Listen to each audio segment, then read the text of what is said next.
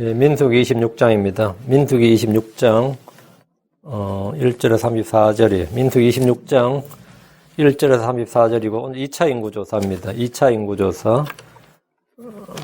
민수기 26장 2절 말씀 같이 읽습니다. 민수기 26장 2절 말씀 같이 읽겠습니다. 이스라엘 자손 온 회중의 총수를 두루 그들의 조상들의 집에 따라 조사하되 이스라엘 안에서 20살이 넘은 능히 싸움에 나갈 수 있는 모든 자의 수를 조사하라 하시니. 조사하라. 수를 조사하라. 여기서 이제 민수기가 나온 겁니다. 민은 백성민자고요. 수는 셀 숫자죠. 성경 이름 잘 지었죠. 민수기. 예. 우리 개혁성경 번역했던 분들이 성경책 이름을 참 잘 지었어요. 창세기, 출애굽기, 레위기. 나는 굉장히 감동했어. 민수기, 신명기. 그런 거 전부 다 하나같이 이름을 잘 지었어요. 응? 그러다 민수기. 영어로는 뭐 넘버스인데 숫자란 뜻이잖아요. 그보다는 민수기가 훨씬 낫죠. 예. 2차 인구조사입니다. 오늘 공부할 본문은 광야에서 한 2차 인구조사입니다. 1차 인구조사는 출애굽한 하나님의 군대를 잰 것이라면 2차 인구조사는 가나안 땅에 들어가서 유업을 얻게 될 사람들의 숫자. 그 이제 1차는 출애굽, 그 이집트에서 나온 자의 수를 세고 2차는 들어갈 자의 수를 세는 거죠. 예. 그래서 차이가 있죠. 그 1차 인구조사는 예. 이집트에서 구속받은 그 어린 나이 피로 구속받은 사람들의 수. 2차 인구조사는 유업의 상속을 받을 자들의 수. 이렇게 구분할 수 있습니다. 이들은 요르단강을 건너 가나안 정복 전쟁을 해야 될 군대입니다. 근데 출애굽 해될 때 군대라 그러면 솔직히 출애굽 해될 군대란 것은 홍해 건너고 나서는 싸움이 없었단 말이죠. 싸움이 없었고 또 율법 받고 행진하고 뭐 이렇게 성막 짓고 뭐 이런 식으로 할 때는 이 전쟁이란 것이 좀 멀었죠, 솔직히. 그러다가 이제 가데스 바네에 왔다가 다시 백으로 백투더 광야, 백투더 사막 다시 돌아버리니까 거기서 38년이란 말이죠. 그 38년간은 전쟁이란 게 실감이 안 난다고요. 38년 뒤 일이니까. 근데 지금 이 2차 인구조사했던 사람들은 벌써 3번 싸웠어요. 이미 3번의 전쟁을 치렀다고. 그렇죠? 그거 특히 얼마 전에 바사왕 옥하고도 싸웠고, 이러니까 이 3번의 전쟁을 치렀던 이들에게 전쟁은 뭔 훗날 이야기가 아닙니다. 바로 지금 모압 평야에 있는데 요르단강 건너면 바로 싸워야 된다고. 그 전쟁이 실제라고 지금 이 사람들이 현실이고, 특히 아모리 족속과의 전쟁을 하는 전쟁은 요르단강 건너편에서 치러야 할 전쟁을 미리 예행 연습하듯이 미리 경험해 본 겁니다. 그리고 아모리 족속을 무찌르고 거기다가 자기들이 3개 지파, 2개 반지파죠. 므낫세 지파가 반지파였으니까. 그 므낫세 지파까지 해서 그 유업의 상속을 얻었다고, 모세 때에. 그 요수아는 요르단강 서편 땅만 정복했죠. 요르단강 동편 쪽은 이미 정복이 됐어요. 이미 정복이 됐다고. 근데 주께서 바알볼 사건으로 24,000명이 죽은 후에 모세에게 인구조사를 명령하셨습니다. 다윗은 하나님의 명령 없이 인구조사를 했다가 재앙을 받은 적이 있습니다. 모세가 인구조사를 2번 했는데 모세가 한 인구조사는 하나님의 명령으로 한 인구조사였고 다윗도 인구조사를 했는데 다윗은 하나님의 명령 없이 인구조사를 한 거예요. 그래서 이제 인구조사이 뭐 그렇게 큰 죄라고 다윗이 그렇게 고생했느냐, 재앙을 받았냐면 하나님의 명령 없이 한 것도 있고 율법에 따르면 인구조사를 할 때는 머리수마다 이 속전세, 반세계를 내야 되는 평전에 성소에 그걸 안 했어요. 그런 이제 다윗은 이제 법을 어긴 거죠, 한마디로. 모세는 하나님 명령이 없을 때는 따로 인구조사를 하지 않았단 말이죠. 하나님께서 이스라엘의 군대 대장이시고 그분이 이스라엘의 왕이시기 때문에 주의 명령 없이 이렇게 행하는 일은 월권이 되는 거죠. 그래서 다윗이 인구조사한 건 월권행위였고, 한국말에 그게 있는데 하극상이라 그럽니다. 다윗이 아니라 하극상이었어요. 하극상. 요즘 이 말 알지 모르겠네요. 아래 것들이 위에 것을 넘어서려고 한다. 이걸 이제 성경 용어로 간단하면 교만이에요, 그냥. 거만이라. 다윗은 하극상을 저지른 거였죠. 월권과 하극상을 저질렀던 것이고, 하나님께서 하라고 명령하신 일을 하지 않는 것이 불순종이죠. 하나님께서 하라 이렇게 명령했는데 안 해버려. 당연히 불순종이죠. 하나님께서 하지 말라는 것을 하는 것도 불순종입니다. 하나님께서 하라 말라 아무 말도 안 하시는 걸 내가 하면 어떻게 된 거죠? 그건 내 자유지. 그때는 긴가민가 할 때는 하나님께 여쭈어야 됩니다.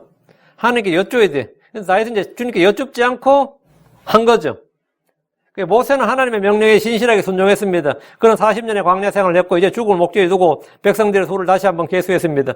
이는 하나님이 명령하셨기 때문에 한 겁니다. 이번에도 계수된 자들은 전쟁에 나갈 수 있는 사람들의 수였습니다. 여자들과 아이들은 뺀 거죠. 여자들과 아이들이 빠진 것은 남녀 평등의 문제로 접근할 일이 아닙니다. 왜 성경에 보면 오병이어 사건 때도 여자와 아이 빼고 5,000명, 약 5,000명 그렇죠. 1차 인구조사 때 2차 인구조사도 여자와 아이들은 빼고 20살 넘은 아이들만 20살 넘은 군대에 갈 수 있는 사람들, 아마 전쟁에 나갈 수 있는 사람만 세는 거예요. 성경에서 사람의 수요를 셀 때 남자만 세는 경우가 많은데 이것은 여자들이 아버지나 남편에게 속한 자들로 보았기 때문입니다. 그 여자를 차별해서가 아니고 아내는 남편에게 속한 자고 자식은 아버지에게 속한 자로 봤기 때문에 그런 거예요. 제가 오늘날 한국에서 페미니스트 운동하는 사람들 중에 제일 웃기는 게 김씨가 있는데 예를 들어서 김순이 이러면 이름이 김순이가 아니야. 김남순이 이래. 그래가지고 이름이 성이 두 글자네 웃기는. 김은 아빠 성이고 남은 엄마 성이래. 남은 김남순이 하면 남은 엄마 성 아닙니다. 남은 네 엄마의 아버지 성이지. 네 외할아버지 성이지 네 엄마 성 아니라고. 네 엄마 성 아예 없어. 본래 네 엄마 성이랑은 이 세상에 존재하질 않아요. 응? 우리 엄마 성은 윤씨인데 네 엄마 성이 윤씨가 아니라 네 엄마의 아빠 성이 윤씨야. 응? 우리 할머니 성은 김씨인데 아니야. 네 할머니 아빠 성이 김씨지. 여자성은 본래 없어요. 응? 성경에는 여자성이 없습니다. 하나님께서 아담과 이브를 지으셔. 이를 아담과 이브고 아담 이브를 했는데 그들을 아담이라 부르시니라 이랬어요. 그들을 아담이라. 둘이 아담이라고. 둘이 한 몸이라고. 하나님께서 그들을 아담이라 불렀다고. 미스 아담, 미시즈 아담이에요. 그러니까 이 결혼해서 한 성을 갖는 건 맞는 거예요. 응? 한국 사람들이 미국 와서 우리 집 사람마다 아직 누구 하면은 우리 다 이시 쓰거든요. 그러면 나 쳐다봐. 그렇게 한두 번이 아니어서 우리 집 가서 누구 하는 때도 피터 윤 하고 나서 여기 나면 당연히 윤선데 리라고 그러면은 날 쳐다봐. 한국에서는 그 트래디셔널 하다 그러면 여기서는 그게 아닌데 이게 미국식이 더 맞습니다. 한국식이 더 맞다고 이야기해서 막 자랑하는 사람도 많이 봤는데 미국식이 더 성경적이에요. 훨씬 더 성경적입니다. 나 두 글자 쓰면서 양성평등한다는 표현에서 나 되게 웃겨요. 그 진짜 대가리가 새도 아니고 그게 뭐야 대체. 대가리가 새도 아니고 엄마성이래. 엄마성이란 건 없어요. 엄마성이란 건 존재하질 않아요. 난 내 자식한테는 그러면 두 성을 난 물려주겠다. 성 물려줄 수가 없어요. 물려줄 수가 없다고 아예. 2차 인구조사 때 대제사장은 아론이 이미 죽었기 때문에 그의 뒤를 이어 엘르아살이었고 주님 모세와 아론에게 명령하셨던 것처럼 이번에는 모세와 엘르아살에게 인구조사를 명령하셨습니다. 하나님은 백성들과 장로들 앞에서 엘르아살의 대제사장 직분을 확정하셨고 영화롭게 하셨습니다. 사람의 권위는 하나님으로부터 나옵니다. 엘르아살은 아버지 아론을 이어서 이스라엘의 대제사장 직분을 물려받았지만 모세의 아들은 모세의 직분을 이어받지 않았습니다. 그렇죠? 엘르아살은 아버지 직분 그 신분을 물려받았는데 모세의 아들이 그러면 이어받았느냐? 그러나 모세 후계자는 모세의 아들이 아니었습니다. 모세의 아들이 없었느냐? 아니에요. 게르손과 엘리에셀이 있었어요. 게르손과 엘리에셀이 있었는데 모세의 아들들은 별로 두각을 나타낸 것도 아니었고 후계자는 여호수아였습니다. 대제사장 직분을 레위지파 아론의 아들들에게 주셨지만 정치 지도자의 자리는 다윗이 왕이 될 때까지 어느 한 가게에서 나오지 않습니다. 사사들도 마찬가지고 한 가게에서 나오는 게 아니에요. 자, 본문을 보겠습니다. 1절. 그 재앙이 있은 뒤에, 그 재앙은 무슨 재앙인지 알겠죠? 바알보올 사건이죠. 그 재앙이 있은 뒤에 주께서 모세와 제사장 아론의 아들 엘르아살에게 말씀하여 이르시되, 그 재앙이 있은 뒤란 말은 바알보올 사건으로 인해서 이스라엘에 내린 재앙이 있은 뒤에 그 하나님께서 처리할 사람 다 처리하고 인구조사한 거죠. 이전에 인구조사했으면 인구조사가 또 많이 틀려지잖아요. 그죠? 많이 죽었으니까. 24,000명이 죽으면 엄청난 수인데, 그 죽을 사람 다 죽고 나서 이제 인구조사를 명하셨다 이 말이에요. 바알볼 사건에서 죽은 사람들의 수가 24,000명인데 이때 출애굽 1세대의 불신의 사람들이 다 죽음으로 정리되었습니다. 갈렙과 여호수아를 제외하고 죽을 것이라고 했던 자들 중에 아직 혹시나 살아남은 자들이 있었다면, 예를 들어 그때 가데스 바네아에서 20살 먹은 사람이면 38년도 지금 68세죠. 그럼 68세나 69세, 70세 이런 사람들이 모세와 동시대에 있었다면 이 바알볼 사건은 완전히 끝났을 겁니다. 왜? 그 사람들이 전부 다 최고 원로들이거든요. 맞죠?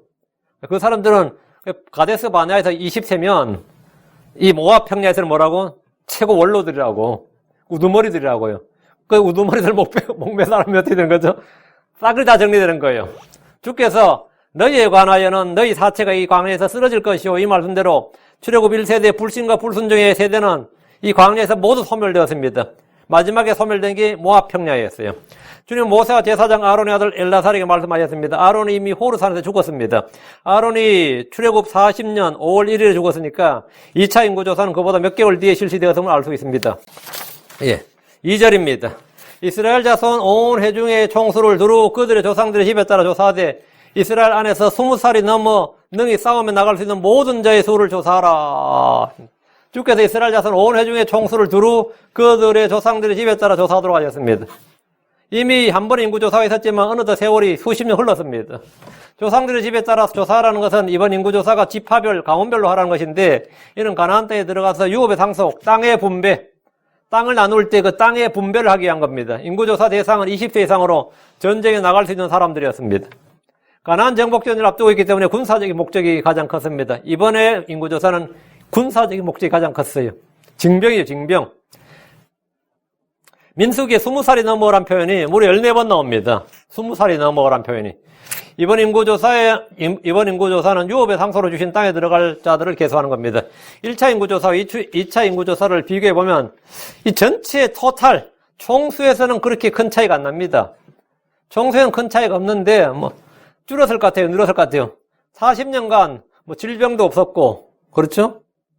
외적의 침입도 없었고, 40년간 광야에서 하나님께서 만나주셨고, 전염병도 없었고, 해와 달, 일사병으로 죽은 것도 아니고, 그럼 40년 인구가 기하급수적으로 늘어야 된다고요. 사실 40년이면. 엄청 늘어야 되는데, 인구 총수가 사실 좀 줄었어요. 1820명이 줄었습니다. 1차 인구조사, 2차 인구조사, 토탈을 내보면 1820명이 줄었다고. 40년 광야 기간 동안 인구가 줄어든 지파는 루벤 지파, 시몬 지파, 갓 지파, 에브라임 지파, 납달리 지파 이 5개 지파가 인구가 줄고 나머지 지파는 인구가 늘었어요. 그 5개 지파는 인구가 줄고 7개 지파는 인구가 늘었는데 가장 인구가 많이 준 지파는 시몬 지파인데 이건 거의 멸족 수준이었습니다. 37,100명이 줄었어요. 시몬 지파가. 시몬 지파가 나올 때는 세 번째 큰 지파였습니다. 나올 때는 1차 인구조사에는 세 번째 큰 지파인데 2차 인구조사에서는 제일 적은 지파였어요. 수가 가장 적은데 약간 적은, 비슷비슷하게 적은 게 아니라 압도적으로 적은 37,100명이 죽었다 그러는 하프가 아니라 60% 이상 죽은 겁니다. 이거 대체 시몬 지파가 다 죽은 거예요, 뭐야? 응? 이는 그들이 광야에서 몇 번의 주의 재앙으로 인해서 백성들이 죽을 때 가장 많이 죽었기 때문입니다. 시몬 지파가. 특별히 바알볼 사건 때 가장 많이 죽은 지파가 이 시몬 지파입니다. 그 시몬 지파는 완전히 바알볼 사건 끝나고 나니까 사람이 별로 없는 거예요. 인구가. 나올 때는 5만 명이 넘었는데 3만 7천, 거의 4만 명이 줄어버렸으니까 난감한 거지. 2만 명 조금 넘는 거예요, 해보니까. 광야에서 이스라엘은 불뱀에 물려 죽고, 불이 붙어서 죽고, 역병으로 죽고, 그렇죠? 또, 금송아지 만들어서 할 때, 그때 또 몇천 명 죽고. 그래서 인구수가 막 죽어나가는데, 죽어나갈 때 보니까, 그 죽어나갈 때 많이 죽은 지파들이 인구수가 줄은 지파예요. 그 죄에 많이 연루된 지파가 인구가 줄고, 죄에 적게 연루된 지파가 인구가 늘어요. 3절입니다. 모세와 제사장 엘라살이 여리고에 가까운 요르단 옆 모압 평야에서 그들에게 말하 이르기를 지금까지 늘 모세와 아론이 짝으로 등장했는데 이제 아론이 죽었으니까 아론이 죽으로 모세와 제사장 엘라살이 등장합니다. 모세와 제사장 엘라살이 여리고에 가까운 요르단 옆 모압 평야에서 주께 받은 명령을 백성들에게 말했습니다. 그들은 주의 말씀을 받았고 함께 동력했습니다. 요르단 옆 모압 평야란 요르단강 동쪽 모압 평야를 말합니다. 강을 건너면 여리고랑 큰 도시가 나옵니다. 이스라엘이 강을 건너서 길갈에 진을 치고 첫 번째 공격한 도시가 정복한 도시가 여리고죠. 4절 주께서 이집트 땅에서 나온 모세와 이스라엘 자손에게 명령하신 대로 20살이 넘은 백성의 총수를 조사하라 하니라. 모세와 엘라사로 주께서 명령하신 대로 20살이 넘은 백성의 총수를 조사하라 했는데 누구한테 조사하라고 명령한 거예요? 우두머리들이죠. 이 명령을 받은 자들은 각 가문의 우두머리들 통치자들이었습니다. 백성들이 인구조사를 할 때 성소의 세계를 따라 반세계를 내야 합니다. 다윗은 인구조사를 명령할 때 주께서 명령하신 대로 한 것이 아니라 이 스스로 명령을 내렸고 속전세도 내지 않았습니다. 그래서 주의 재앙이 사흘 동안 이스라엘 전체에 임했고 이스라엘의 많은 사람들이 죽었습니다. 첫 번째 인구조사 때 20세 이상을 계수했는데 그 후에 38년이 지금 지났습니다. 그때 20세인 사람은 38년이 되고 68세가 아니라 58세네요. 60세 가까이 돼가는 거죠. 그때 이제 20세 이상 다 죽었으니까 19세를 안 죽었단 말이에요. 18살, 19살 안 죽었거든요. 그럼 18살, 19살 먹은 사람들은 이제 38년 지나면 56세, 57세 되겠네요. 그죠? 그때 계수된 자들은 그 20세는 58세, 지금 현재 58세인 사람들은 광야에서 모두 소멸했습니다. 지금 계수하라고 하는 사람들은 여호수아와 갈렙을 제외하면 첫 번째 인구조사 때 20세 이상이어서 살아남은 사람들과 20세 이상의 제가 말 잘못했습니다. 20세 이하여서 살아남은 사람들과 광야에서 태어난 자들, 이렇게 됩니다. 물론 레위지파는 해당 사항 없고요. 레위지파는 해당 사항이 없고요. 자, 여자들도 해당 사항 없고요. 자, 5절, 6절입니다. 이스라엘의 맏아들은 루벤이니라. 루벤 자손은 하녹에게서 난 하녹 족속의 가족과 발루에게서 난 발루 족속의 가족과 헤스론에게서 난 헤스론 족속의 가족과 갈미에게서 난 갈미 족속의 가족이니라. 그러니까 루벤에게 지금 태어난 아들 4명을 지금 말하고 있는 거죠. 아들 4명이 족속을 이루시니까 이 애들은 자동으로 족장이 되는 거죠. 예. 그러니까 루벤은 야곱의 장자입니다. 다 아시죠? 루벤 야곱의 장자고 그는 음행으로 장자권 잃어버리게 했지만 생물학적으로 어쨌든 첫째 아들이에요. 루벤 자손은 하녹 족속, 발루 족속, 헤스론 족속, 갈미 족속으로 4개 족속이 있었습니다. 1차 인구조사 때 지파 중심이었다면 2차 인구조사 때는 지파 내 가문들을 중심으로 지금 기록하고 있습니다. 이유는 이들이 정복전쟁을 치른 후에 땅을 분배할 때 이 족속이라는 이 가문을 기준으로 받았기 때문입니다. 7절 이들은 루벤 족속의 가족들이니 그들 중에 계수된 자가 43,730명이더라. 43,000. 그 하녹, 발루, 헤스론, 갈미 족속이 루벤 지파에 속한 가족들이고 이들 이제 4가문을 다 합치면 43,730명이었다는 겁니다. 1차 인구조사 때 43,730명이었으니까 1차 인구조사 때가 몇 명이었지? 1차 인구조사 때가 44,000 제가 숫자를 잘못 쓴 것 같아요. 1차 인구조사 때보다 2,770명이 줄었습니다. 43,730명 플러스 2,770명 하면 그게 1차 인구조사예요. 1차 인구조사 때보다 이 루벤 자손은 수가 줄었어요. 근데 많이 줄은 건 아니고 한 3,000명 가까이, 3,000명 약간 못자라게 줄었어요. 8절, 9절. 발루의 아들들은 엘리압의 아들들은 누무엘과 다단과 아비람이니라. 여기 딱 이름 아는 이름 둘이 나오죠. 다단과 아비람. 그 다단과 아비람을 해준 가운데서 유명하였으나 그들이 주를 대적하여 싸울 때 고라의 물에 들어가서 모세와 아론을 대적하여 싸우며 고라는 레위지파예요. 근데 지금 다단과 아비람은 루벤 지파라고. 루벤 지파에서 유명한 족장이란 말이죠. 통치자라고. 그 다단과 아비람을 해준 가운데서 유명했으나 그런데 단순히 루벤 지파에서만 유명한 사람이 아니라 이스라엘 전체 해준 가운데서 유명한 사람이었다 이거예요. 이런 유명한 사람들의 말이나 행동은 누구에게 영향을 주죠? 회중들에 영향을 준다고. 그러니까 루벤 족속들 중에서 가장 유명한 이들은 고라의 반역 때 동참한 무리들로서 다단과 아비람입니다.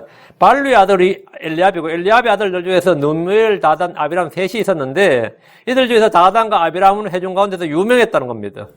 이들 루벤 지파 내에서뿐 아니라 이스라엘 회중에서 명망 있는 지도자였습니다. 고라의 반역은 먹을 것이 없었어, 아니면 물이 없었어, 이런 불평이 아니라 모세와 아론이란 지도자를 교체하자. 한마디로 우리의 그 신정일치 체제를 바꾸자. 이 정치 체제를 바꾸자. 우리의 국가 시스템을 바꾸자. 이런 반역이었습니다. 하나님이 정해주신 이 시스템을 바꾸자는 것이었고요. 그리고 하나님이 정해주신 사람들, 기름 부으신 사람들을 내치고 하나님이 임명하신 모세와 아론은 하나님이 기름 부으신 사람이잖아요. 하나님이 기름 부으신 사람이 아니라 우리 회중들이 만장일치로 아니면 투표로 회중들이 뽑은, 사람이 뽑은 통치자를 리더로 삼자. 민주주의를 하자 이 말이야, 한마디로. 그 신정체제를 인본주의, 민본주의 체제로 바꾸자. 아마 르네상스 시대죠. 이거 완전히 이 체제 시스템을 바꾸자는 거였어요, 한마디로. 그런 반역이었던 겁니다. 이들은 루벤 집안 내에서 이 유명한 인물이었는데, 그 중에서 다단과 아비람을 해준과도 유명했는데, 이런 유명한 사람들의 말과 행동은 당연히 영향이 있고, 사람들도, 야, 신정체제보다는 우리가 직접 임명한, 이 민주적인, 그리고 사람들의 명망 있는 사람들로 이렇게 체제를 개편하는 게 좋겠다. 그 사람들이 다 동의를 했어. 이 반역이 엄청나게 많은 사람들이 해중의 지도자만 250명이 동참을 했습니다. 그런데 주님께서 뭐라면 그 다단과 아비람은 해중과도 유명했더라 하면서 이제 그 뒤에 그들이 주를 대적하여 싸울 때 이래 돼 있어요. 그들이 모세와 아론을 대적하여 싸울 때 이렇게 안 돼 있고 그들이 주를 대적하여 싸울 때 이렇게. 그들은 꿈에도 자기들이 주를 대적하여 싸운다고 그렇게 생각하지는 않았어요. 그들은 단지 모세와 아론을 대적했을 뿐이지 자기가 주를 대적한다, 내가 하나님을 대적한다고 생각하지는 않았을 겁니다. 그러나 성경은 분명히 하나님께서는 그들이 주를 대적하여 싸웠다 기록하고 있습니다. 그들은 고라의 무리에 들어가서 모세와 아론을 대적해서 싸웠는데 성경은 이들이 주를 대적해서 싸웠다. 하나님은 이들을 무리들이 본 앞에서 공개적으로 즉결 심판, 즉결 처형을 하셨습니다. 10절 땅이 입을 벌려 그들과 고라를 함께 삼킴으로 그들과 할 때 그들 다단과 아비람이죠. 그들과 고라를 함께 삼킴으로 그 무리가 죽었고 그때 불이 250명을 멸하여 그들의 표적이 되었으나 그들이 멸망의 표적이 되었다는 겁니다. 불순종하는 자들이 당할 재앙, 하나님의 심판, 거기에 대한 표적이 되었다는 거죠. 하나님은 반역의 주동자를 그냥 역병이나 뭐 이런 걸 죽이신 것이 아니라 땅에 입을 벌려서 그들을 삼키게 하셨습니다. 이거는 초자연적인 죽음이었던 겁니다. 민수기 16장 31절과 33절에 이 사건의 내용이 상세히 기록되어 있습니다. 그들이 서 있던 땅이 갈라졌고 땅이 자기 입을 벌려 그들과 그들의 집과 고라에 속한 모든 사람과 그들의 모든 물건을 삼킴으로 그들과 그들에 속한 모든 것이 한채로 구덩이에 빠지며 그 땅이 그들에서 다치니 그들이 해중 가운데서 끊어져 멸망했더라. 이렇게 되어 있어요. 그리고 반역에 동참한 무두머리들 250명은 주의 불에 멸망당했습니다. 11절 그럼에도 불구하고 고라의 자손들은 죽지 아니하였더라. 이게 뭔가 좀 이상하잖아요. 그럼에도 불구하고 고라의 자손들은 죽지 아니하였더라. 이 구절은 민수기 16장 32절과 모순처럼 보이는 구절입니다. 왜? 민수기 16장 32절에는 땅이 자기 입을 벌려 그들의 집과 고라에게 속한 모든 사람과 그들의 모든 물건을 삼키매. 그래 있죠. 고라만 죽인 게 아니라 그들의 집과 고라에 속한 모든 사람과 이래서 고라에게 속한 모든 사람과 그럼 고라와 고라 부인, 고라 아들들이겠지 뭐. 그렇죠. 고라에 속한 모든 사람과 그들의 모든 물건을 삼킴에 이래 돼 있는데 여기는 11절에는 그럼에도 불구하고 고라 자손들은 죽지 아니하였더라 이래 돼 있어요. 그럼 어떻게 돼요? 이 성경이 뭐 앞뒤가 안 맞냐? 뭐 이렇게 이제 성경이 또 모순이다, 뭐 필사에 오르다, 뭐 어쩌다 저게 또 해석이 분분해지는 겁니다.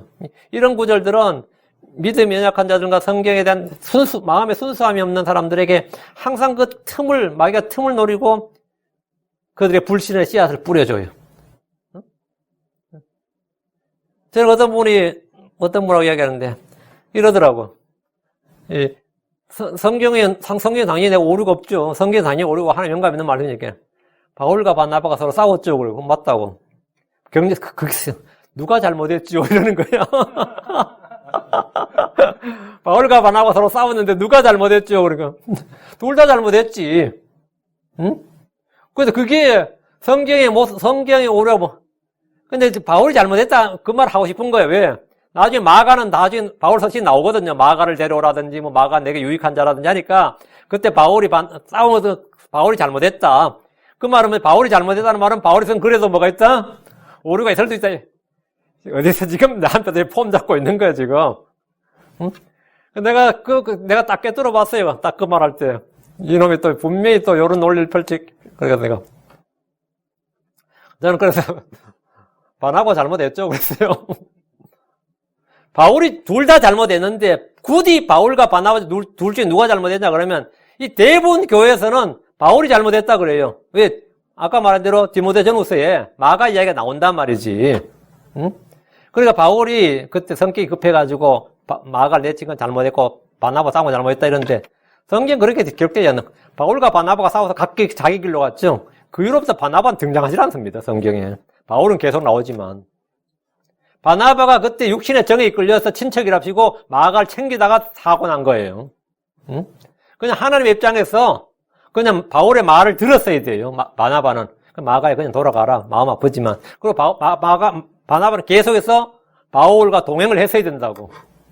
그런데 이 마가 하나도 챙기지 못하는 바울과 나는 동행할 수 없다고 떨어져 나가서 자기 길로 갔지만 자기 길로 가서부터는 바나바는 그때부터 사도행전에 그냥 생략이야. 없어.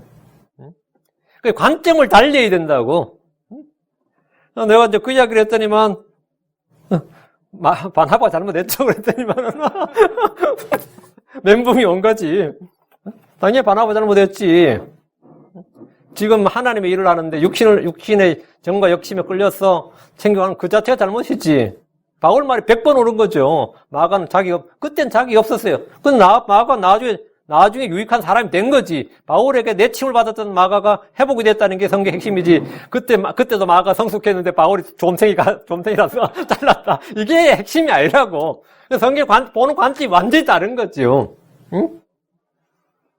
완전히 다른 거라고. 이 사람이 성경에 대해서 내가 뭔가 의심이나 불신이나 뭔가 조금 가지고 있으면 성경 모순처럼 뭔가 하면 항상 이게 걸림돌이 생긴다고. 이게 예수님이 하나님의 말씀이 걸림이 된다고. 예수님이 걸림이 되고 하나님의 말씀이 걸림이 된다고. 실제 그래요. 응? 자기 삶의 행실에 이 양심의 가책이 있는 사람들은 말이죠. 그 열매로 그 나무를 알리라 그러면 그 말이 늘 실족거리가 돼요. 자기가 열매가 없는 사람들은 그 열매로 나무를 알리라 그러면 그 말이 은혜가 되는 게 아니라 항상 실족거리가 돼요. 제가 그런 분을 봤어요. 그 열매로 그 나무를 알리라 그러면 은혜를 받지 못, 그 말씀은 절대 은혜를 못 받아. 열매로 나무를 안다 그러면 또 자기를 판단한다 생각해요. 설교에 그 말 나오면 완전 열받아. 그 행위로 믿음을 안다 그러면, 막 열받아 해요. 응? 전혀 열받을 일이 아닌데, 그러면서 하나님께서 내게 은혜를 베푸셨다. 그래서 감동을 받아야 되는데, 열받아 한다고. 지금 본문도 맞지. 그러나 불구하고 고라의 자손도 죽지 아니하였더라. 근데 고라에 속한 모든 사람이 땅에 삼켜졌다는 말이에요. 응? 이게 어떻게 된 거냐고. 고라와 혈연과 혈통 가족으로 묶여도 고라와 믿음이 다르면 하나님은 그 사람을 고라에게 속했다고 하지 않습니다. 하나님이 고라에게 속한 사람 할 때 고라에 속한 사람은 고라와 혈통으로 고라에 속한 사람이 아니라 고라의 반역, 고라의 불신, 불순종, 믿음, 고라 영, 거기에 속한 사람이 안 속한 사람이냐예요. 하나님께서 고라에 속한 사람들을 땅에, 고라에 속한 모든 사람을 삼켰다는 말은 고라 영과 같은, 고라의 믿음과 같은, 고라의 의견과 생각과 같은 사람이 고라에 속한 사람이에요. 우리가 믿음에 속한 사람, 우리가 예수님에 속한 사람, 우리가 성령에 속한 사람 할 때 우리는 뭐죠? 예. 우리가 어떤 성경 진짜에 속한 사람 할 때는 혈통에 관련된 게 아니죠. 믿음에 관련된 거라고. 우리가 갈렙과 이스라엘 사람들 중에서 요소와 갈렙에 속한 사람, 그 다른 영에 속한 사람이라고 한다고. 영이 다르단 말이에요. 지금 영에 관한 것이지 혈통에 관한 것이 아니란 말이에요. 그래, 고라의 자식들이 다 고라와 같은 믿음, 아버지 고라와 같은 영, 같은 믿음을 소유했다, 안 했다? 안 했다, 이거예요. 그래서 아버지와 동조했던 사람들은 그날 전부 다 지옥 갔어요. 산채로 지옥에 갔어요. 아버지에게 동조하지 않았던 고라의 자손들은 안 갔어요. 그게 지금 그럼에도 불구하고 고라의 자손은 죽지 아니하였더라요. 고라의 자손을 나눌 때 하나님은 혈통으로, 혈연으로, 가족으로 고라의 자손을 나누는 게 아니라, 고라에 속한 사람을 나누는 게 아니라 뭐라고요? 예. 고라의 믿음과 같은 사람, 아닌 사람, 그걸 나눈 거죠. 그러니까 지금 이스라엘도 마찬가지예요. 혈통으로 아브라함의 자손이라 해서 모두 아브라함의 자손으로 유대인이 아니에요. 내면적 유대인이 유대인이고, 몸의 할례가 아니라 마음의 할례야. 그래, 아브라함의 자손, 혈통으로 아브라함의 자손이고 유대인이라 해서 다 아브라함의 자손이 아닌 것과 같이, 우리는 이방인이지만 믿음으로 아브라함에 속한 자고, 주 예수님께 속한 자단 말이죠. 주님은 고라가 반역을 했다고 해서 고라의 자손들에게 연좌제를 적용해서 3족을 멸하라, 9족을 멸하라, 남김없이 모조리 쓸어버리라, 죽여버리라, 이렇게 한 것이 아니라, 고라의 반역에 동참한 사람들, 그리고 고라의 영, 그 고라의 사상, 신앙과 그의 주장과 그의 동조한 같은 사람들만 멸한 거예요. 그게 핵심이에요. 에스겔 18장 19, 20절에 보면 그러다 너희는 이르기를 무슨 까닭이냐 아들이 아버지의 훌법을 담당하지 아니하느냐는도다. 아들이 율법에 맞고 옳은 것을 행하며 내 모든 법규를 짓게 행하였을진데 그는 반드시 살리라. 죄를 짓는 혼 그 혼은 죽을지니라. 아들이 아버지의 훌법을 담당하지 아니하며 아버지가 아들의 훌법을 담당하지 아니하리라. 응? 주님께서 그렇게 말씀하셨어요. 의로운 자가 그에 임하고 사악한 자의 악이 그 위에 임하리로다. 이거지. 시편 읽는 분들은 고라의 아들을 위해 악장에 준 마스길 뭐 이런 거, 고라의 아들을 위하여 이런 말을 11번이나 볼 수 있습니다. 여러분 시편 읽다 보면 시편 150편 중에서 11편이 고라의 아들을 위한 이래 돼 있어요. 고라의 아들을 위한. 고라의 아들들을 위해. 고라의 아들들이 뭐 했느냐. 음악에 재능이 있었고 성전 찬양대를 맡았습니다. 성전 성가대를 담당했어요. 역대기상 6장 37절에 고핫 족속의 아들들 중에 해만은 노래하는 자들아 했는데 해만이 나오는데 해만은 고라의 자손이었습니다. 요사밧 왕이 전쟁에 나갈 때 그는 주의 도움을 구했습니다. 이때 요사밧은 우리 하나님이여 주께서 그들을 심판하지 아니하시려나이까 우리를 치러 오는 이 큰 무리를 대적할 능력이 우리에게 없고 우리가 어떻게 할 줄도 모르며 우리 눈이 주만 바라보나이다. 그러니까 하나님께 간절히 도움을 구했어요. 정말 위대한 기도예요. 이 요사밧의 기도는 우리 눈이 주만 바라보나이다. 이렇게 마음이 맞죠. 마음이 타고 말이죠. 어쩔 줄 모르면서 이 간절하게 하는 기도는 응답이 있어요. 진짜 응답이 있어요. 막 타는 심정으로 마음에 이런 이 마음과 애타게 하는 기도들은 그 100% 응답됩니다. 진짜. 그런 기도 100% 응답돼요. 이때 주님은 레위 자손 중에 하나를 세워 말씀을 주셨습니다. 역대기 20장 17절에 이 전쟁에서는 너희가 싸울 필요가 없나니 너희는 정렬하고 가만히 있어서 너희 함께하는 주의 구원을 보라. 오 유다와 예루살렘아 두려워하거나 놀라지 말고 내일 그들을 마주보고 나가라. 주가 너희와 함께하리라. 이렇게 레위 자손이 주의 말씀을 선포했어요. 주의 말씀을 들은 여호사밧 왕과 백성들은 주 앞에 엎드려 주께 경배했습니다. 다 엎드려 절했다는 말이. 이때 고핫 자손과 고핫 족속의 자손들이 일어나서 큰 소리로 주 이스라엘의 하나님을 찬양했습니다. 고핫 자손과 고라 족속의 자손들이, 이 고라의 자손들은 죽지 않았을 뿐 아니라 주께서 주신 직분도 빼앗기지 않았고 성전에서 대대로 주를 섬기고 찬양하는 일을 했습니다. 하나님은 고라의 죄를 빌미로 그 자손들에게 뭐 살려는 죽게 이 정도가 아니라 어떤 불이익도 주지 않으셨습니다. 어떤 불이익도 주지 않으셨어요. 한국은 아직도 말이죠.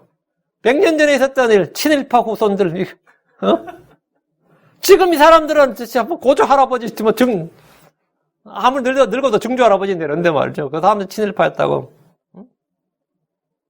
제가 아는 목사님도 한 분이에요, 그래서. 왜 그러세요? 우리도 친일파 후손이라 그러더라고. 내가 깜짝 놀라서, 친일파 후손이셨어요? 나도 모르지. 우리 조상을 내가 모르니까. 친일파 후손이셨어요? 그래. 친일파 후손. 그래서 이게 원죄의식 참 가지고 있더라고. 친일파 후손이었대요. 친일파 후손들을 정죄하지 못해 안달이 나 있는 분들 수두룩 하죠. 지금 미국도 몇백 년 전의 일을 두고 역사 논쟁이 벌어지고 있습니다. 지금 미국의 백인들이 인디언들 죽였어. 그때 뭐 노예 장사를 했어. 지금 백인들한테 조상들의 죄를 막 묻는 거예요.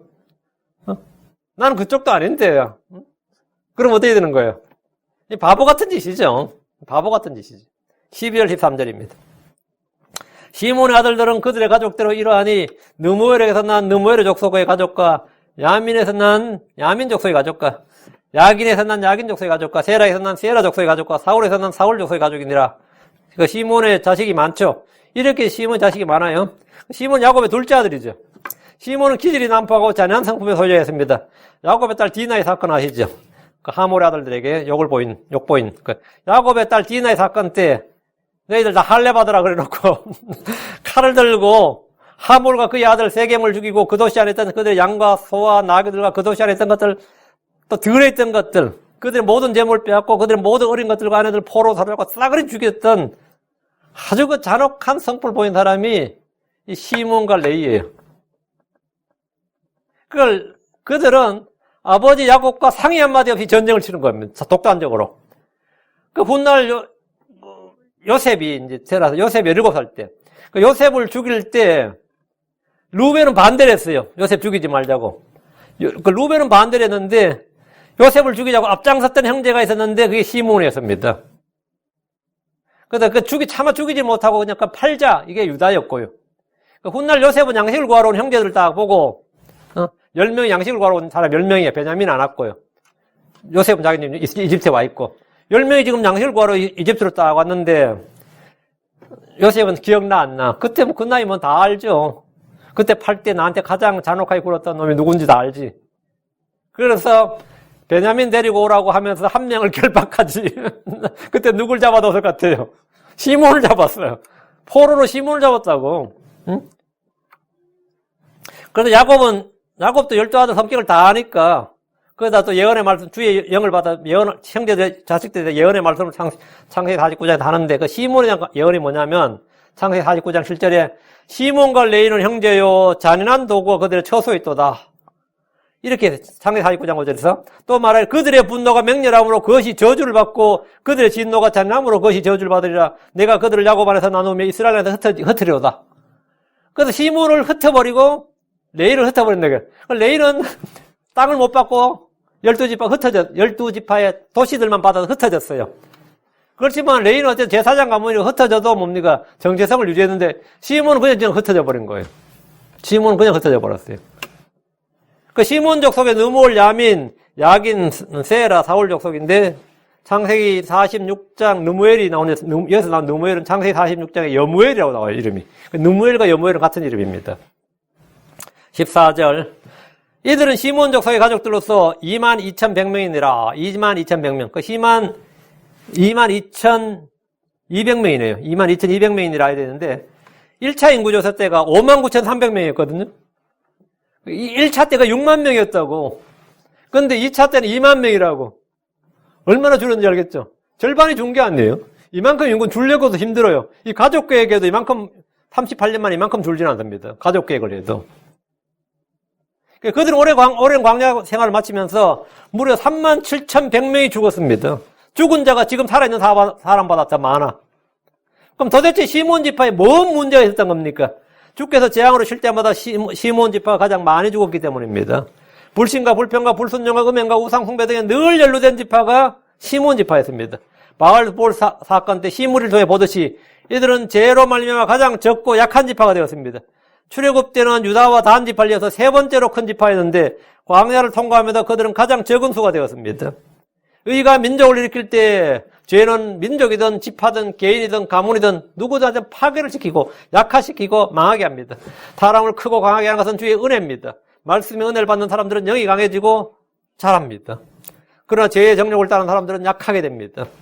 15절 17절 갓 자손은 그들의 가족대로 이러하니 스본에게서 나온 스본 족속의 가족과 학기에게서 난 학기 족속의 가족과 순이에게서 난 순이 족속의 가족과 오스니에게서 난 오스니 가족의 가족과 에리에게서 난 에리 족속의 가족과 야롯에서 난 야롯 족속의 가족과 아렐리에서 난 아렐리 족속의 가족이니라.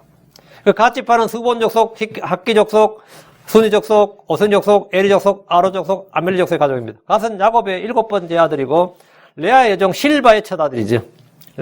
실바의 첫 아들입니다. 여기서는 세 번째로 나오는데 루벤의 진영 아래 있었기 때문입니다. 스본은 창세기 46장 16절에 시뵈으로 기록되어 있습니다. 오스니는 에스본의 다른 이름입니다. 야롯은 아로디와 동일 인물입니다. 창세기 46장 10절 16절에 보면 이름이 쭉 나오는 여기가 좀 틀려요. 또 가스의 아들들 곧 시뵈과 학기와 순이와 에스본과 에리와 아로디와 아렐리오였는데 이 이름들하고 지금 이 민수기 이름들하고는 약간 이름들이 발음이 많이 달라져 있습니다. 다 동일 인물입니다. 18절 이들은 갓 자손의 가족들로서 그들 중에서 계수된 자들에 따라 45,000명이니라. 1차 인구조사 때 45,650명이었거든요. 이번에는 45,000명이니까 약 5,000명, 5,150명이 줄었습니다. 줄긴 줄었는데 그렇게 많이 준 건 아니죠. 광야 생활 40년 동안 인구수가 줄었다는 것은 죄로 인한 징계와 심판으로 많이 죽었다는 뜻입니다. 19절 유다의 아들들은 엘과 오난이더라. 엘과 오난은 가나안 땅에서 죽었고 유다의 아들들 엘과 오난 어떻게 죽었는지 아시죠? 유다는 레아에게서 난 야곱의 넷째 아들입니다. 장자권은 요셉이 갔지만 통치권은 유다에게서 났습니다. 예수님 유다 지파에서 나셨습니다. 유다는 형제 요셉을 팔 때 동참했지만 훗날 시므이가 인질로 잡혀들 때 아버지 야곱에게 베냐민을 대신해서 자신이 유다 자기가 대신 종이 됐거나 대신 종이 되거나 죽을 것임을 맹세했습니다. 이는 유다가 전에는 형제 요셉을 팔 때 동참을 하고 팔 때 유다가 팔았거든요. 그런데 이제 아버지에게 남은 아들은 하나밖에 없다 이거예요. 요셉이 죽었기 때문에 라헬에 태어난 애는 그 야곱은 진짜 자기가 사랑했던 부인은 라헬이었단 말이에요. 그 라헬은 애 둘밖에 없는데 하나는 죽었고 하나만 남았다 이랬어요. 유다가. 그 나머지 자기들 10명은 뭐 아들로 취급 안 하고 진짜 야곱이 사랑한 아들은 둘인데 하나는 죽었고 하나만 남았는데 이 베냐민마저 죽으면 아버지는 죽는다. 그래서 이 베냐민을 살리고자 한다면 종이 되려면 내가 대신 종이 되고 죽으면 내가 대신 죽겠다는 거예요. 전에는 내가 아버지 아들을 팔았지만 이번 내가 아버지 아들을 구해야겠다. 내가 죽더라도. 이거는 뭐죠? 유다가 얼마나 많이 변화를 받았는지를 시몬은 전에나 지금이나 그놈인지 몰라도 유다는 엄청난 변화와 성장을 겪은 전에는 육신적인 사람이고 시기심에 잡혀서 요셉을 팔았는데 이번에는 뭡니까? 자신이 죽더라도 아버지를 살리고 형제를 살리겠다는 거예요. 야, 저는 창세기 44장 32, 33절 읽을 때 정말 놀랐어요. 제가 대학교 1학년 때 창세기 배우면서 이 유다를 배울 때 정말 엄청 놀랐어요. 주의 종이 이 아이를 위해 내 아버지께 보증인이 되어 말하기를 내가 이 아이를 아버지께로 데리고 돌아오지 않으면 내가 내 아버지께 영원토록 비난을 받으리라 하였사오니 그러므로 이제 원하건대 주의 종이 이 아이를 대신하여 내 주의 노예로 삼게 하시고 이 아이는 그의 형제들과 함께 올라가게 하소서. 대신하여 주의 종이 이 아이를 대신하여 내 주의 노예로 남게 하시고 내가 노예가 되겠다 이거. 베냐민이 아니라 내가. 그 유다의 아들들로 엘과 오난, 셀라, 베레스, 세라 등 5명인데 베레스와 세라는 여러분이 아시는 대로 자기 며느리한테 다말해서 난 아이들이지. 그죠? 근데 이 중에 엘과 오난 가나안에 죽어버렸고 이들이 왜 죽었는지는 창세기 38장에 나옵니다. 유다의 맏아들이 엘인데 주 앞에서 사악했기 때문에 주님께서 죽여버리셨어요. 그러니까 엘이 죽어버리고 엘의 부인이 맏며느리가 지금 다말인데 다말이 이제 그 형사치수제에 따라서 동생 그 오난에게 줬죠. 그 오난이 형사치수제에 따라 결혼했지만 씨를 주지 않으로 또 죽임을 당했습니다. 그러니까 유다는 셋째도 또 혹시 죽을까 염려해서 다말을 신령으로 보내버렸습니다. 다말은 씨를 얻기 위해서 창녀로 변장해서 유다와 동침함으로 태어난 아이들이 베레스와 세라입니다. 역대기상 2장 4절에 유다의 며느리 다말이 베레스와 세라를 그에게 낳았더라. 이 한마디가 모든 걸 다 설명해 주죠. 유다의 며느리 다말이 베레스와 세라를 그에게 낳았더라. 그에게. 그냥 낳았더라면 출처불명인데 그에게 낳았더라. 유다의 아들들은 모두 5이더라. 이렇게 말합니다. 유다의 아들들 위해서 베레스의 족속에서 다윗이 나오고 다윗의 씨에서 예수님이 나옵니다. 20절. 유다의 아들들은 그들의 가족대로 이러하니 셀라에게서 난 셀라 족속의 가족과 베레스에서 난 베레스 족속의 가족과 세라에서 난 세라 족속의 가족이며 그러니까 유다의 아들들은 5이지만 둘이 죽었기 때문에 그의 가족들은 셀라, 베레스, 세라 족속의 가족이 전부입니다. 21절 또 베레스의 아들들이 이러하니 헤스론에서 난 헤스론의 족속의 가족과 하물에서 난 하물에서 난 하물 족속의 가족이니라. 창세기 46장 12절에 보면 베레스의 아들들은 곧 헤스론과 하물이요 이렇게 기록되어 있습니다. 역대상 2장 5절에도 베레스의 아들들은 헤스론과 하물이요. 2차 인구조사에서 유다 지파의 수를 셀 때는 베레스의 아들들은 헤스론 족속, 하물 족속을 유다의 가족들로 계수했습니다. 22절입니다. 이들은 유다의 가족들로서 그들 중에 계수된 자들에 따라 76,500명이니라. 많죠, 수가. 7만 명대는 유다밖에 없어요. 1차 인구조사 때 74,600명인데 2차 인구조사 때 75,600명이니까 1000명이 는 거죠. 인구가 늘어났습니다. 많이는 아직 좀 늘었어요. 유다 지파는 출애굽 때 12지파 중에서 가장 수가 많은 지파였습니다. 2차 인구조사 때도 그 수가 가장 많았는데 시므온 지파 비교하면 약 3배나 되는 엄청난 수였습니다. 그래서 땅을 분배할 때 유다는 가장 넓은 땅을 받았고 유다의 땅 안에 시므온 지파가 몇 개의 도시를 유업으로 받았습니다. 23절 24절 이사갈의 아들들은 그들의 가족대로 이러하니 돌라에서 난 돌라 족속의 가족과 부하에서 난 부하 족속의 가족과 야숲에서 난 야숲 족속의 가족과 시므론에서 난 시므론 족속의 가족이니라. 그러니까 이사갈 지파의 가족은 둘라 족속, 부하 족속, 야숲 족속, 스물 족속 이렇게 되고요. 이사갈은 야곱의 9째 아들입니다. 그 레아가 낳은 5번째 아들이죠. 창세기 46장 13절 이사갈의 아들들은 그 돌라와 부바와 욥과 시므론이요 이래 되는데 야숲이 욥입니다. 야숲과 욥이 같은 동명인이 아니라 이름은 다른데 같은 사람입니다. 이름의 뜻은 돌아가다라는 뜻이고요. 25절 이들은 이사갈의 가족들로서 그들 중에서 계수된 자들에 따라 64,300명이니라. 이사갈 집안 1차 인구조사 때 54,400명이었어요. 2차 인구조사 때는 64,300명이니까 거의 10,000명 가까이 늘었습니다. 9,900명이 늘었는데 광야에서 재앙들로 많은 사람들이 죽어 나갔음에도 인구수가 이렇게 급격히 많이 증가했다는 것은 그만큼 적은 수가 죽었고 죄에 연루된 자들이 적었다. 거의 없었다 이 말이죠. 이는 아주 복된 일입니다. 구약에서 다산하고 번성하는 것은 주의 복의 은혜였습니다. 주의 법을 지키고 순종할 때 태열매를 풍성하게 하신다는 약속이 있습니다. 사람들은 인구수를 조절해야 된다, 가족 계획을 해야 된다, 피임을 해야 된다, 낙태를 자유롭게 허용해야 된다면서 사람을 죽이는 정책을 쏟아내세요. 이게 정부 정책, 국가 정책이다. 제 어릴 때마다 둘 만나 잘 기르자. 이게 초등학교 교실에 이게 왜 붙어 있어야 되는 거야? 초등학교 교실에 왜 둘 만나 잘 기르자가 있다. 선생님들이 한 건가? 내 친구 집에는 저하고 걔가 맏아들이고 내 친구가 맏아들이거든요. 형제가 11명이에요. 형제가 11명이에요. 근데 그건 우리 때고 사소고 운동하면서 우리 때에도 대부분 다 이제 둘만 낳아 잘 기르자고. 근데 제가 이제 초등학교 하고 중학교 좀 갈 때는 아들, 딸 구별 말고 하나만 낳아 잘 기르자 했어요. 둘이 아니라 하나로 줄어들었어요. 지금은 애 놓으라고 돈 주고 난립니다. 응? 애 하나 놓으면 얼마 주고, 둘 놓으면 얼마 주고, 셋 놓으면 얼마 주고, 이거 지금 이러고 있잖아요. 출산 장려 정책으로. 애를 적게 낳는다는 말은 뭐죠? 그만큼, 애를 많이 주겠다는 뜻입니다. 애를 정부에서 많이 주겠다는 뜻이에요. 그러니까 출산을 자유롭게 해야 되는데, 출산을 억제하기 시작하면 많이 죽어요. 중국은 한자녀 낳기 운동을 오랫동안 했으면 하도 인구가 많으니까. 그 재앙은 얼마 가지 않아 다 드러납니다. 그거는 지금 아직 신비하다기 되니까 괜찮아 보이죠? 약간만 지나면 난리 납니다. 무지한 피를 흘린 대가는 반드시 치르게 되어 있습니다.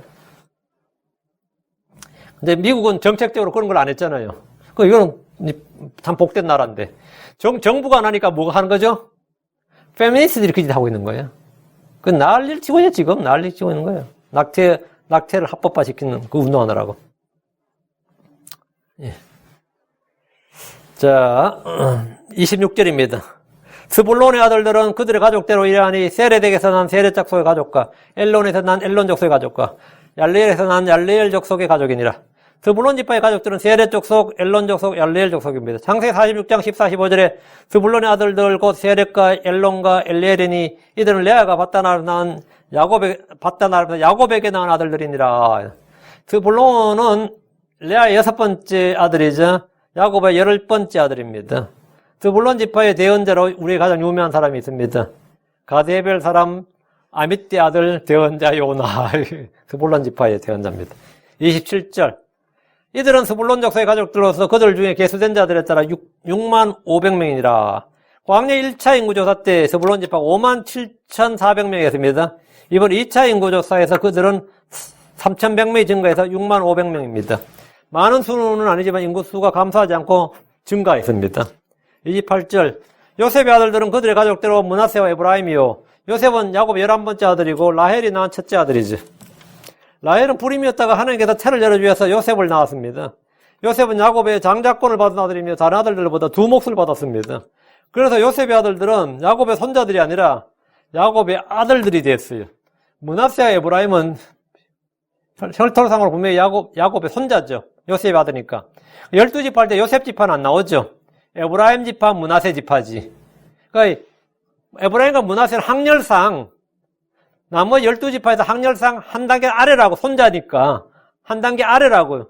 그런데 므낫세와 에브라임은 12지파에서 야곱의 아들들과 동렬, 학렬이 같아. 학렬이 같다고. 그러니까 므낫세와 에브라임만 12지파의 손자가 12지파 이름이 올라가 있다고요. 그렇죠? 성경에 보면. 요셉의 아들들은 야곱에게 손자들이 아니라 야곱의 아들들이 된 거예요. 손자를 아들로 사실 양자 입양이나 가선 겁니다. 왜냐하면 창세기 48장 5절에 내가 이집트로 와서 내게 이르기 전에 이집트 땅에서 내게 태어난 내 두 아들 에브라임과 므낫세는 내 것이니라. 야곱이 요셉한테 한 말이에요. 내 두 아들 에브라임과 므낫세는 이제 내 것이니라. 루벤과 시므온처럼 그들이 내 것이 되리라. 루벤이 첫째 아들이고 시몬이 둘째 아들이었죠. 루벤과 시몬처럼 그들이, 이 므낫세와 에브라임이 뭐라고요? 12아들에 포함된다는 거지. 12아들에 요셉을 대신해서 므낫세, 루벤 두 개를 하면 총 13지파가 되죠. 그러면.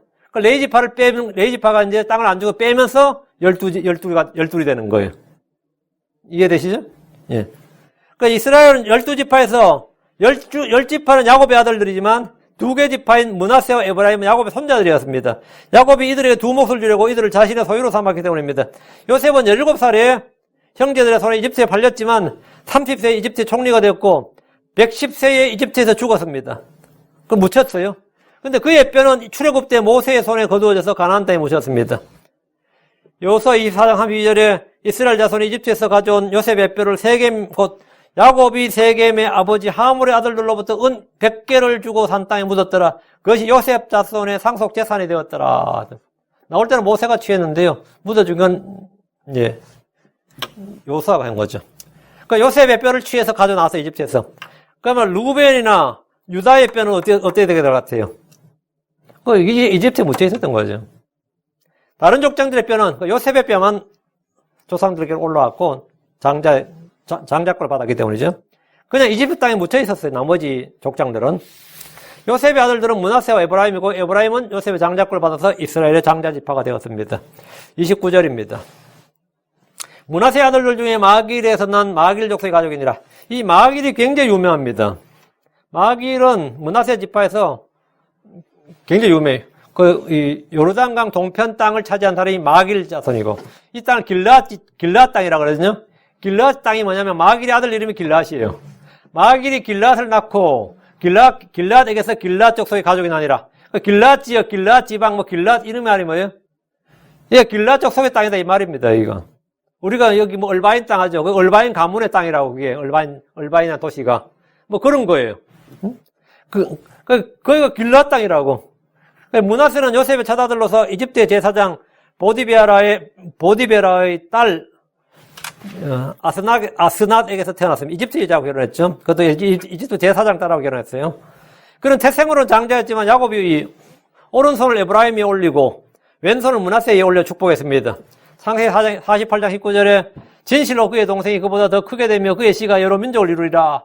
진실로 그의 동생이 에브라임이 말이에요. 그보다 므낫세보다 더 크게 되고 그의 씨가 여러 민족을 이루라. 므낫세를 통해서 므낫세를 동생 에브라임 아래 뒀어요. 근데 아버지 마음은 다 같아요. 아버지 마음은 뭐냐면 장자가 잘 되길 바래요, 다. 그럼 아브라함도 그랬어요. 아들 주겠다 그러니까 내 아들 이스마엘아 주 앞에 잘 되게 해주소서. 새로 아들 필요 없고 지금 있는 아들 장자가 잘 되길 바란다고. 야곱이 요셉의 아들 둘 왔을 때 손을 거꾸로 이렇게 크로스 해가지고 야곱이 얹었거든요. 요셉이 심히 기분이 안 좋은 거예요. 아버지가 손이 므낫세한테 장자한테 오른손이 가고 왼손이 에브라임한테 가야 되는데 나도 안다 아들아 하면서는 야곱은 자기가 어떻게 됐죠? 이삭은 장자한테 복을 주려고 그랬어요. 땅동이지만. 근데 야곱은 자기가 경험이 있어서 그런지 이 분별력이 있었어요. 이삭경 속지도 않았고 분별력이 자기 정확히 이삭은 모르고 야곱에게 복을 줘버렸지만 야곱은 알고서 뭐라고요? 에브라임에게 복을 준다 이거예요. 징계를 많이 받고 단련을 많이 받은 사람의 특징이죠. 예. 그런데 이 창세기 50장 23절에 보면 에브라임의 자손을 3대까지 모았고 므낫세의 아들 마길의 아이들도 요셉 무릎 위에서 자랐더라. 이런 말이 있어요. 마길의 아들들도 뭐라고 마길의 아이들이 누군데? 길앗이라고. 길앗이 뭐라? 요셉의 무릎 위에서 자랐다는 거예요. 마길과 그의 아들 길앗은 요르단 동편의 길앗 지역을 차지하는데 민수기 32장 39절에 므낫세의 아들인 마길의 자손이 길앗에 가서 그것을 빼앗고 그 안에 있던 아모리 족속을 쫓아내매. 이 길앗 땅을 차지한 이 마길과 길앗은 그래서 이제 그 땅을 차지해서 아들이 길앗이었는지 모르겠는데 이름을 그렇게 지었던 것 같은데 이 땅을 차지하는 한마디로 말하면 가장 혁혁한 공을 세운 그 땅에 종주권을 인정해 준 거예요. 너희들이 아무리 쫓아내고 이 땅을 차지했으니까 므낫세 지파 거기 오케이 가지라 이런 거지. 이로써 므낫세 지파는 요르단 동쪽과 서쪽을 땅에 각각 유업을 다 가졌어요. 여러분 지도 보시면 므낫세 지파만 요르단과 동서를 다 가졌다고. 므낫세 아내요 마길의 어머니가 이집트 여인이 아니라 아람 여인이었습니다. 역대기상 7장 14절에 므낫세의 아들들은 곧 그녀가 낳은 아스리엘이더라. 그러나 그의 첩 아람 여인이 길라스의 아버지 마길을 낳음에 길라스의 아버지 마길을 낳았는데 누가 낳았? 아람 여인이 낳았다는 아람 여인이. 그러니까 그 당시에는 우리가 이스라엘 유대인 혈통을 좋아하지만 사실은 이스라엘 혈통은 전부 다 뭐다? 예, 이방 족속과 저거였어요.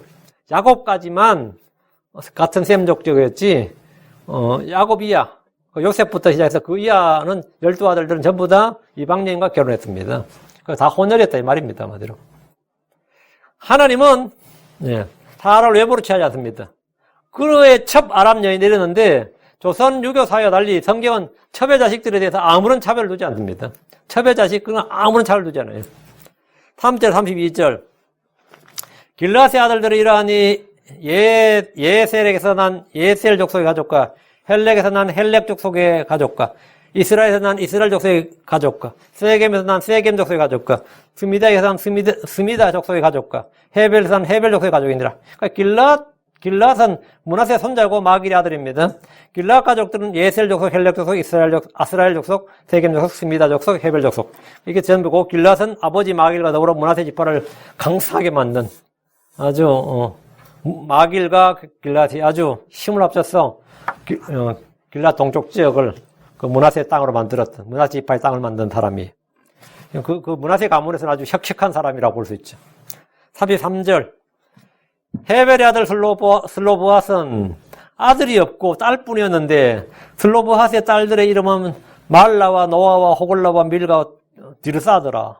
헤벨 족속은 아들 슬로보핫이 아들이 없어서 대가 끊기게 되었습니다. 심각하죠? 군대 안 가게 된 건 좋은데 아들들 하나도 없어서 군대는 안 간다, 그죠? 근데 딸들만 있으면 유업의 상속을 어떻게 할 것이냐 이 문제예요. 그러니까 슬로보핫은 아들이 없고 딸들만 있었는데 딸들의 이름이 지금 쫙 나오죠. 말라노와 노아와 호글라와 밀가와 다르사였다 이렇게 나오는데, 예. 성경에는 간혹 여인들 이름이 나오는데 이것은 매우 큰 의미가 있습니다. 인구조사에서 여인들은 수에 넣지 않았음에도 여기는 슬로보핫의 딸들이 나옵니다. 왜 여인들은 세지도 않는데 여기는 왜 나와요? 예. 아들이 없을 때는 뭐라고요? 딸들에게 상속을 주라 이 말이에요. 그러니까 슬로보핫의 딸들이 전쟁에 나가서 군인들로 개수된 것이 아닙니다. 그래서 여기서 여인들이 개수된 것은 상속 유업에 관련되어 있기 때문입니다. 성경은 딸들에 관한 상속법이 있습니다. 딸들에 대한 상속법이 있어요. 이건 성경이 얼마나 그 당시 그 고대 사회에서 사람의 작품이 아닌 거죠. 사람의 작품이라면 이런 건 없어요. 사람의 작품이 아닌 거예요. 이거는 하나님이 주신 책이라는 게 이런 데서 드러나는 거예요. 34절. 이들은 므낫세의 가족들이니 그들 중에서 개수된 자들이 52,700명이니라. 1차 인구조사 때 므낫세 지파가 32,200명이었거든요. 그런데 52,700명이니까 얼마나 많이 있는 거예요. 거의 따블은 아니지만 거의 이만큼, 가장 인구가 급증한 지파가 므낫세 지파예요. 광야 40년 동안 이들은 무려 25,500명의 인구 증가를 이루었습니다. 시몬 지파가 정반대죠. 그 시몬 지파와 이 므낫세 지파, 시몬 지파는 3만 명 이상이 줄어들었고, 여기 2만 명 이상이 늘어났고, 그 12지파 중에서 가장 많은 인구 증가를 이룬 지파가 므낫세 지파인데, 이들은 다른 지파와 같이 광야 여행을 했고, 같은 환경에서 같은 여정, 같은 걸 먹었고, 같은 시간대에, 같은 장소에서 살았어요. 그런데 어떤 지파는 팍 줄고 어떤 지파는 확 늘고 이게 뭐냐 이거죠. 응? 므낫세 지파는 어떻게 이렇게 엄청나게 늘었냐 이거죠. 모두가 같은 광야를 같은 시기에 출발했고 같이 순례했지만 시므온 지파는 절반 이상이 줄었고 므낫세 지파는 엄청난 수가 늘었습니다. 차이가 뭡니까? 믿음이 차이를 만듭니다. 사람을 강하게 하고 지파를 강하게 하는 것, 집을 강하게 하는 것, 그건 믿음이에요. 믿음이 이런 차이를 만드는 겁니다. 시므온과 므낫세 차이.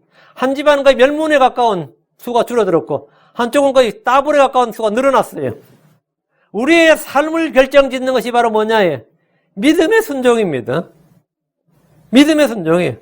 믿음으로 걷고 주를 따를 때 우리는 이 광야 같은 이 세상의 순례길에서 다산하고 풍성하고 많은 열매를 맺게 됩니다. 내가 주의 예수그리스도 안에 거하고 성령을 따르고 뭐 주의 말씀을 내 안에 풍성히 거하게 할 때 당연히 나는 열매 맺는 나무, 더 많은 열매를 맺는 나무가 되는 겁니다. 나뭇가지가 막 썩어 비틀어지고 점점 나무가 말라 비틀어 고목이 되는 그런 나무가 있고, 해마다 열매가 막, 저도 시골에서 자라보면 어떤 나무들은 말이죠, 열매가 너무 열려서 밑에 받쳐줘요. 가지가 찢어지지 말라고. 야, 그런 나무들이 있어요. 열려도 어때 그렇게나 열매가 많이 열리는지 밑에 나무 밑에 이게 전부 대를 대주고 말이죠. 줄기하고 묶어줘. 가지가 찢어질까봐. 그러니까 우리 크리스천들, 우리가 그리스도의 가지들로서 말이죠. 그리스도의 지체들로서 이 어떤 삶을 살아야 되겠는가? 이 시몬의 가족들처럼 아니면 므낫세의 가족들처럼 이 어느 길로 업앤다운이 뭘로 결정나느냐 이거예요. 똑같은 환경이었어요. 똑같은 시간대에 똑같은 순례의 길에서 똑같이 걸었습니다. 똑같은 만나를 먹었고, 이건 뭐냐면 믿음이에요. 믿음이 사람을 차이나게 만듭니다. 믿음이 삶의 차이를 만들어요. 그 삶의 격차를 만드는 게 뭐냐예요. 삶을 다르게 만들고 사람을 다르게 하는 게 뭐냐 이게 내 믿음에 따라요. 내가 믿는 바에 따라서, 내가 행하는 바에 따라서. 그래서 므낫세 족속은 이제 제가 볼 때는 이제 12지파 중에서 광야에서 가장 피해를 안 본, 나머지 지파들 다 이 정도는 성장해서 이 정도는 늘어나서야 돼, 정상적으로 하면.